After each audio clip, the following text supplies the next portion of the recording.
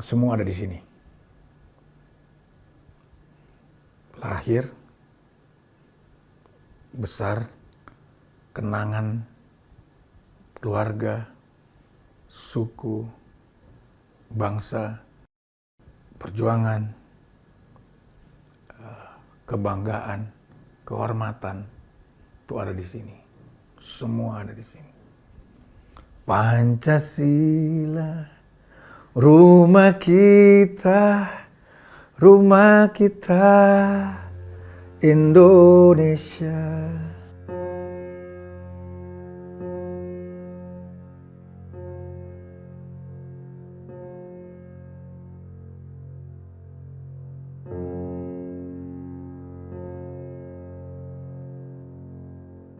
Pas untuk kemerdekaan ini, saya bersama dengan teman-teman dari Seniman Nusantara, itu bersembilan. Saya, Harvey Maleholo, Lita Zen, Nindi Ellis, Tamara Geraldine, Cica Kuswoyo, Sari Kuswoyo, dan I Sugianto. Kami membuat tema Lomba Cipta Lagu Cinta Indonesia, tahun ini yang kedua. Tahun lalu udah berjalan, tahun ini yang kedua. Puji Tuhan, alhamdulillah sudah selesai kemarin, tanggal 16 kemarin, pengumumannya 5 terbaik. Dari 100 juta total hadiah, itu dipersembahkan oleh Dirjen Kebudayaan, Pak Fai Hilmar, kawan kita. Jadi di saat pandemik pun kita coba untuk tetap berupaya supaya kreativitas tetap hidup, anak-anak seni, anak budaya, anak-anak yang di daerah-daerah, 587 peserta.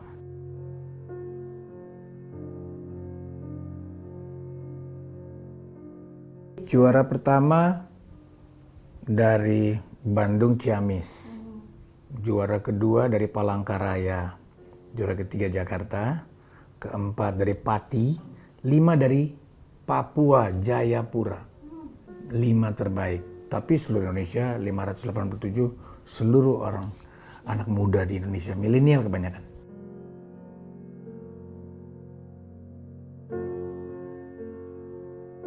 Kami Seniman Nusantara,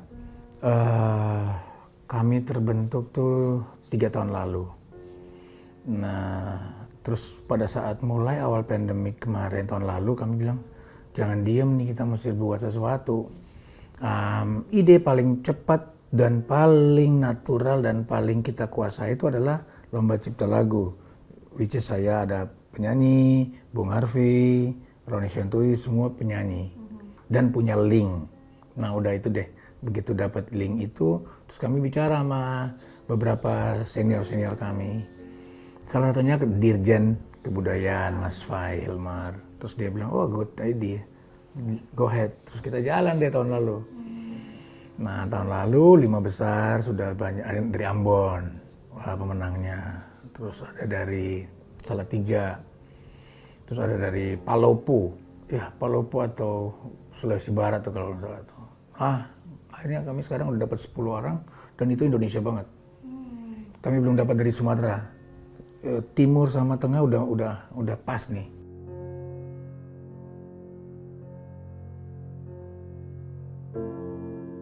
Dulu saya berasal dari event-event seperti itu. Saya juga berangkat dari Lomba Cipta Lagu Populer Indonesia tahun 91. Lagu saya itu dinyanyikan sama Utha Likumahua dan Trie Utami. Judulnya Kisah Kehidupan tahun 91. Waktu itu masih ada TV baru 3. Baru TVRI, RCTI, SCTV. Syutingnya di Prambanan, Jogja. Pertama kali outdoor dan dengan skala besar event itu. Jadi saya terngiang-ngiang, saya terbayang-bayang terus bahwa ada satu event yang punya daya kreativitas tinggi, punya daya menampung anak muda. Nah, itu mulai terbangun. Nah, saya ide ini saya lemparkan ke Seniman Nusantara tahun lalu. Disambut baik sama teman-teman, jadilah kami lakukan. Intinya sebenarnya satu. Udah jarang event di sekolah. Nah, waktu zaman kami dulu justru kebanyakan event di sekolah. Kami bisa ikut festival itu 6 kali dalam setahun, membawahi nama sekolah. Nah, kami lihat dan kami rasakan kenapa di 10 tahun terakhir ini anak muda Indonesia malah dong dong dong gadong dang dong dong, nggak jelas itu EDM. Maksudnya oke lah, tapi kayak nggak punya kulturnya Indonesia. Kultur kita nggak dapet nih. Nah, kalau cipta lagu, kultur kita dapat. Mau suasana Jawa, suasana Bugis, suasana Papua. Nah, itu terbangun. Nah, akhirnya aransemen kita yang kerjakan. Kalian tinggal kirim aja lagu dasarnya. Nanti kami yang memperbagus lagu kalian. Dengan arranger internasional dunia, arranger nasional. Andirianto, keren dong. Dian HP, Berry Likumahua. Yang baru ini namanya Rashidi Singgi, keren. Yongki Vincent Nathanael, keren juga. Jadi dengan link yang kami punya, network yang kami punya, dengan anak-anak yang punya segudang kreativitas, itu kami kawinin. Kami kawinkan sampai akhirnya terciptalah 5 lagu terbaik tahun ini dan 5 terbaik tahun lalu. Nanti saya kirim linknya. Linknya itu ada di Seniman Nusantara Official. Anda buka aja YouTube-nya, Anda dapatkan di situ. Boleh chat. Nah, di situ kami dapat komunitas 55. Kenapa komunitas 55? Adalah 55 pencipta lagu yang kami anggap sebenarnya masuk semuanya. Tapi karena kalau kami boleh pilih, 55 kami sedia. Tapi duitnya lagi nggak banyak. Jadi kami harus pilih untuk tetap 10 dan ke-5. Nah, dari komunitas 55 itulah kami menjaga hubungan dan kami tidak putus hubungan dengan mereka. Artinya, kalau event-event lain putus. Setelah final, tidak ada lagi. Nah, kalau kami berusaha untuk tetap menjadi mitra kerja Seniman Nusantara. Jadi walaupun kalian sudah selesai, 587 anak ini tetap menjadi mitra kerja Seniman Nusantara. Suatu saat kami bilang, kami butuh bikin lagu buat, katakanlah Ibu Megawati. Kami tawarin ke mereka, bikin lagi dong. Kami punya 587 kemungkinan. Ulang tahun Puput, misalnya kan, banyak hal. Kami tolong dong bikin lagu buat museum, museum kereta api dong. Kami lagi mau kuatin kereta api. Banyak hal. Nah, yang mahal itu kan sebenarnya networknya. Nah, itu yang kami mau jaga supaya antara senior, junior, dan dari Jawa dan luar Jawa itu konektivitasnya tinggi. Mumpung zamannya udah digital.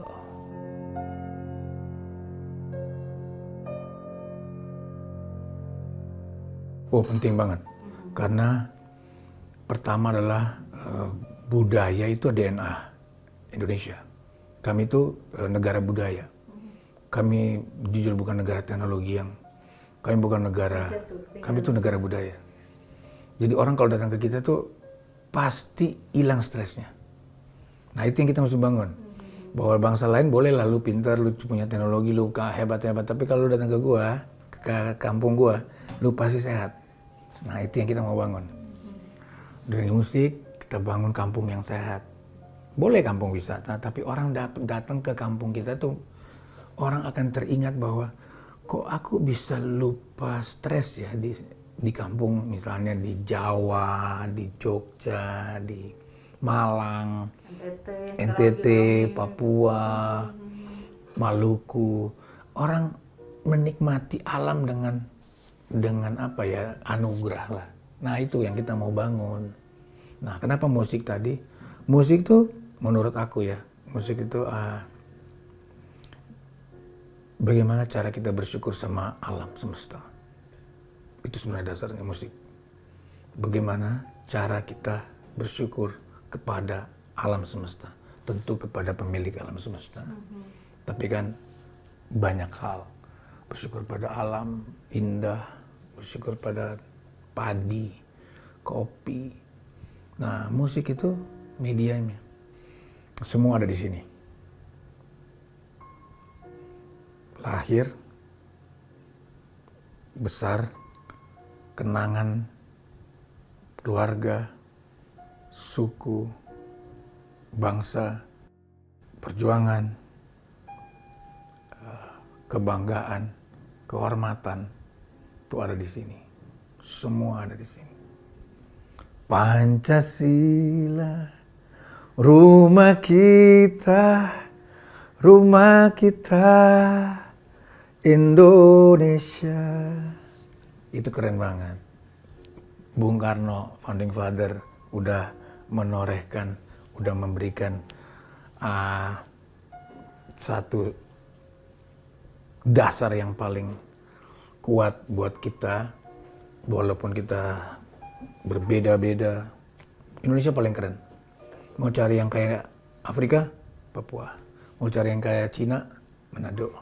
Mau cari yang kayak Thailand, Batak. Lengkap. Jadi kita paling keren. Nah, yang nggak dimiliki orang itu adalah kekerenan ini. Thailand cuma punya Thailand. Kita ada contohnya di Batak. Papua, Afrika ada.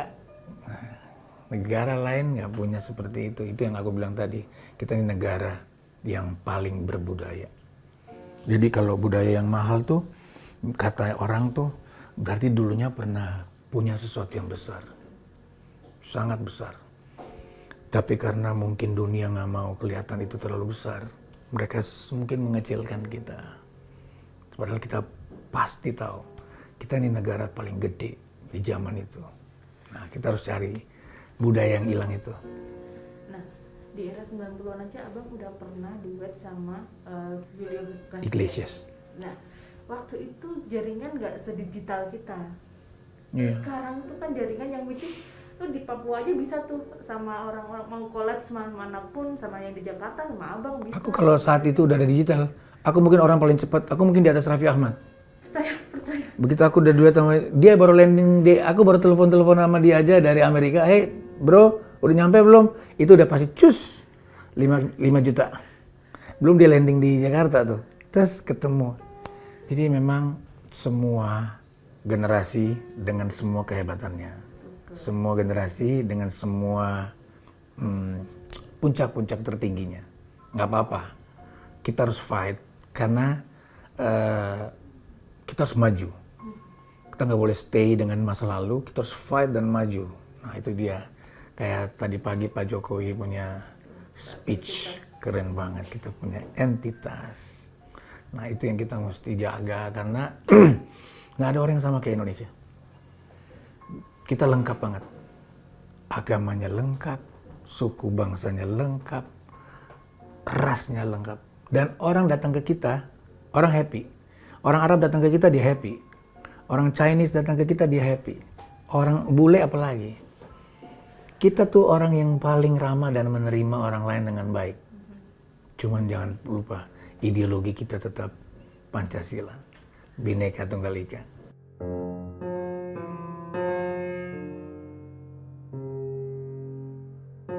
Saya selalu berpikir bahwa kita sudah dapat banyak dari Indonesia. Indonesia sudah beri banyak. Banyak hal-hal keberuntungan yang Indonesia kasih sama saya. Saya lahir di Makassar, punya perjuangan sendiri di sana, dan banyak hal positif yang terjadi di sana. Pindah Bandung, kuliah, banyak banget hal positif terjadi di Bandung. Dari sisi kreatif, dari sisi pergaulan, dari sisi persahabatan ya, dari sisi banyak hal lah. Nah begitu sampai Jakarta, puncak-puncak itu semakin tinggi lagi. Dan akhirnya saya dapat seperti yang Put bilang tadi, ada Julio Iglesias, ada Sheila Majid, ada siapa tuh penyanyi itu? Ta-na-na-na-na-na, and I wake up till I close my eyes, we never let it go, I feel going on. Rick Price. Jadi paling enggak banyak hal-hal yang sudah kita lewati dan Indonesia kasih buat kita. Nah sekarang yang kita perlu jaga adalah merawatnya, mengembalikannya. Tadi yang saya bilang seimbang, kita menyeimbangkan kembali. Nah ada satu hal yang menjadi beban saya adalah UU HC, Undang-Undang Hak Cipta, itu saja. yang perlu. Jadi kalau kita bilang dari start sampai menjadi artis, itu udah lengkap tuh Indonesia. Udah punya tuh. Kebetulan sekarang ada digital kan, jadi tambah cepat. Artinya ada YouTube, ada semua digital media platform, udah enak tuh. Nah, tapi merawat setelah ini, itu kan ada namanya royalti, hak seseorang, hak kekayaan intelektual. Nah, itu yang perlu kita kuatkan lagi. Nah, syukur-syukur dengan Pak Jokowi kali ini, itu menjadi juga satu keputusan-keputusan politik yang dilakukan oleh Pak Presiden. Jadi ada UHC, ada PP 56. Nah, itu yang kita mesti dalami dan kita harus benar-benar mengimplementasikannya turunan-turunannya dengan baik supaya semua warga, semua pemakai musik bisa ikut terlibat, ikut mensupport. Jadi katanya kalau negara kaya itu adalah negara yang sudah sangat mengerti apa budayanya. Nah, caranya untuk mengenal budaya dan menghargai budaya adalah salah satu adalah dengan menghargai hak intelektual seseorang. Jadi kalau Anda pakai Kuta Bali, dimanapun Anda pakai, silakan pakai.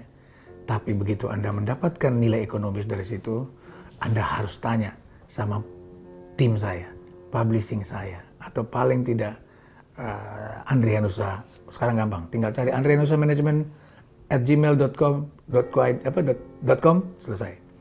Tinggal masuk. Instagram, semua bisa. Facebook, YouTube, macam-macam cara bisa. Jadi sebenarnya sekarang dipermudah dengan adanya dunia digital. Iya, tinggal seberapa jujurnya kita mengatur presentasinya, cara membayarnya, cara mengkoleknya, dan mendistributnya.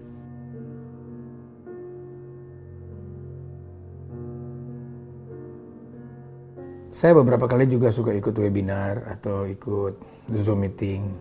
Dan saya selalu bilang bahwa gini, selama Anda memakai lagu saya di bawah 5 kilo, it's okay.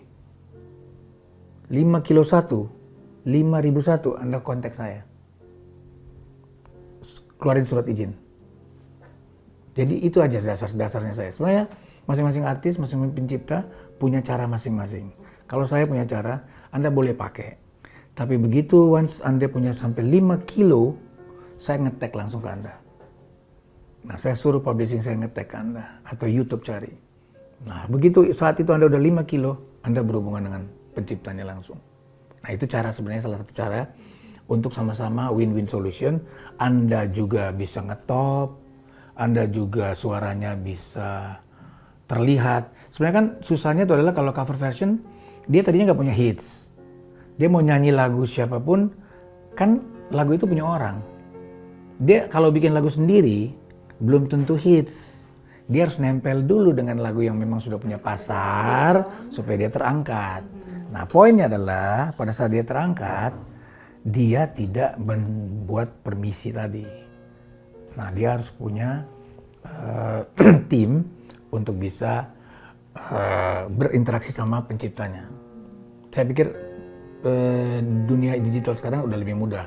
Jadi tim kecil-kecil di daerah-daerah juga mesti punya tuh paling nggak law firm yang bisa mengawal itu. Jadi dia tahu aturan-aturan yang memang harus pakem-pakemnya harus ditahu secara undang-undang. Kita nih negara saking banyaknya dan masih tahu oh gunungnya masih tinggi. Santai aja dulu, masih tinggi dia.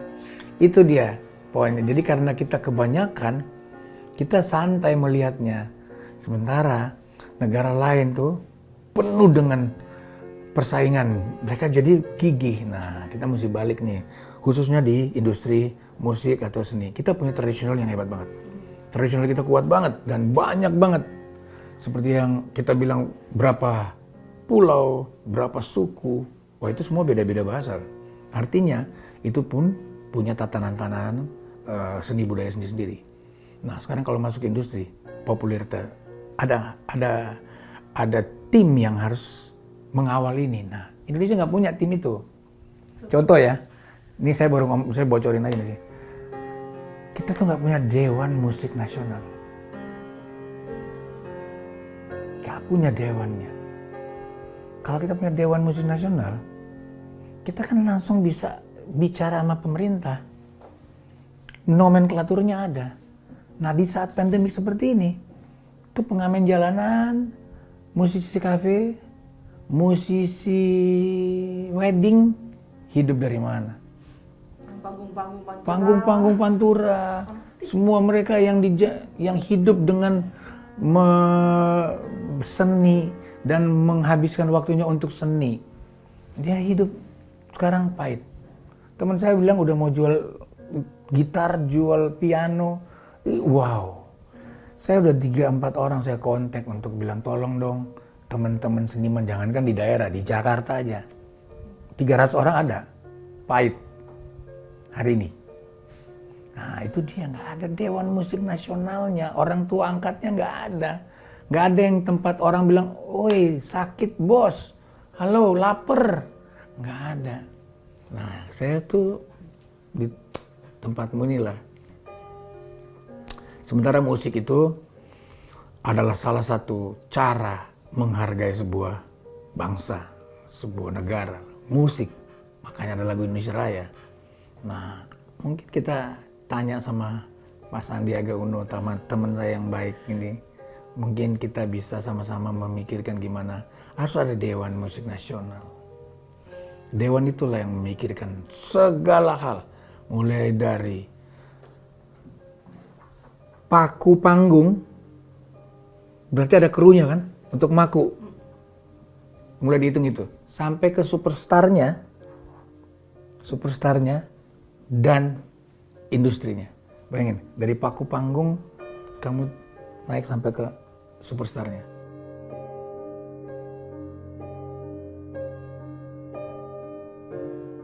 Oh, Indonesia besar. Indonesia besar. Makanya YouTube dan semua Facebook itu juga salah satu pasar yang paling indah di Indonesia. Artinya sama tuh, bahwa penikmatnya banyak. Nah, begitu ada penikmat, pasarnya gede. Ya udah, jadi Pak Sandiaga Uno PR-nya besar juga tuh untuk insan musik Indonesia. Itu tadi saya bilang, kalau udah ada Dewan Musik Nasionalnya, turunannya pasti semua teratur. Kalau di Amerika ada namanya union, sama seperti itu. Jadi Inggris nggak bisa masuk ke Amerika kalau nggak lewat union. Jadi negara K-pop pun Korea nggak bisa masuk ke kita kalau nggak bisa lewat Dewan Musik Nasional. Dia harus sama, resiprokalnya harus sama. Ya, kalau dia masuk kita 5, kita harus kirim ke dia 5 artis kita. Iya dong, baru itu win-win solution. Nah itu yang kita mesti, saya pikir semua sama-sama. Saya sebenarnya banyak senior yang jago lah sebenarnya. Nah cuman mungkin kita karena pandemik kelihatan betul berapa yang teman-teman yang parah banget. Nah kita semua drop, kita semua hidup dengan tabungan yang bakal menipis. Harapan buat ini terakhir, harapan buat musik dan Indonesia pada umumnya. Musik Indonesia pasti keren, pasti bagus. Pemerintah, apalagi di zaman Pak Jokowi ini yang semuanya serba terbuka dan digitalisasi, dan anak-anak milenialnya banyak, startup makin banyak. Coba buat seperti Cina bikin WeChat. Kenapa kita nggak punya? Nah kenapa Cina berani? Karena dia tahu dia punya miliaran manusia. Kita juga bisa begitu. Kita punya jutaan manusia yang bisa kita kelola sendiri, nggak usah keluar-keluar. Toh kita bikin lagu Indonesia juga nggak laku di luar. Bener nggak sih? Ngapain dia bikin lagu bule laku di kita lagi? Udah gitu kita konsumsi lagu dia lebih banyak daripada kita. Hanya karena media loh. Hanya karena media. Jadi kita sebenarnya mesti pintar mensiasati. Saya nggak jago juga dalam hal itu, tapi di bayangan saya, kita mengelola lagu kita sendiri pun kita sudah sangat beruntung. Apalagi lagu kita top di Singapura, lagu kita top di Malaysia, top di Brunei. Ini negara-negara dekat dulu deh, Filipina. Kalau Filipina sampai suka lagu Indonesia, itu baru pertanda kita the best. Kalau masih Malaysia, masih Brunei, oke lah. Tapi kalau Singapura, Filipina, keren tuh. Kalau Thailand memang kita susah karena dia bahasanya sendiri. Itu saja. Jadi musik di Indonesia pasti keren, Indonesianya apalagi. Kita lengkap, itu saya bilang tadi, kebanyakan kekayaan. Jadi sombong. Nah, itu bedanya sama Korea. Jadi paling enggak pesan yang paling aman saat ini adalah tolong lihat seniman musisi yang sekarang lagi pandemik. Itu sangat-sangat berat. Itu hal pertama di saat pandemik ini. Kedua, Dewan Musik Nasional tadi. Yang ketiga, musik kita pasti kuat. Kita perkuat aja lagu Indonesia di Indonesia sendiri. Kita perkuat aja lagu Indonesia di Indonesia sendiri. Produk-produk yang ada nempelnya ke lagu Indonesia aja, nggak usah nempel di lagu-lagu lain. Itu aja. Nah, yang sisanya adalah beri panggung yang banyak buat film, buat musik, buat pinggir pantai Pantura. Beri panggung-panggung yang bisa kita monetize, yang bisa kita ukur, bisa terukur. Jadi kita tahu kalau di Cirebon ada 200 panggung, taruh kamera, jelas tuh 200 panggungnya. Di Bandung 1000 panggung, taruh. Nah itu semuanya harus jelas, semua harus termonetize, semua harus terdeteksi, terukur, tervalidasi. Baru kita jadi budaya industri yang keren banget. Saya sangat yakin Indonesia akan terus maju karena kita budaya kita adalah Indonesia dengan DNA budaya.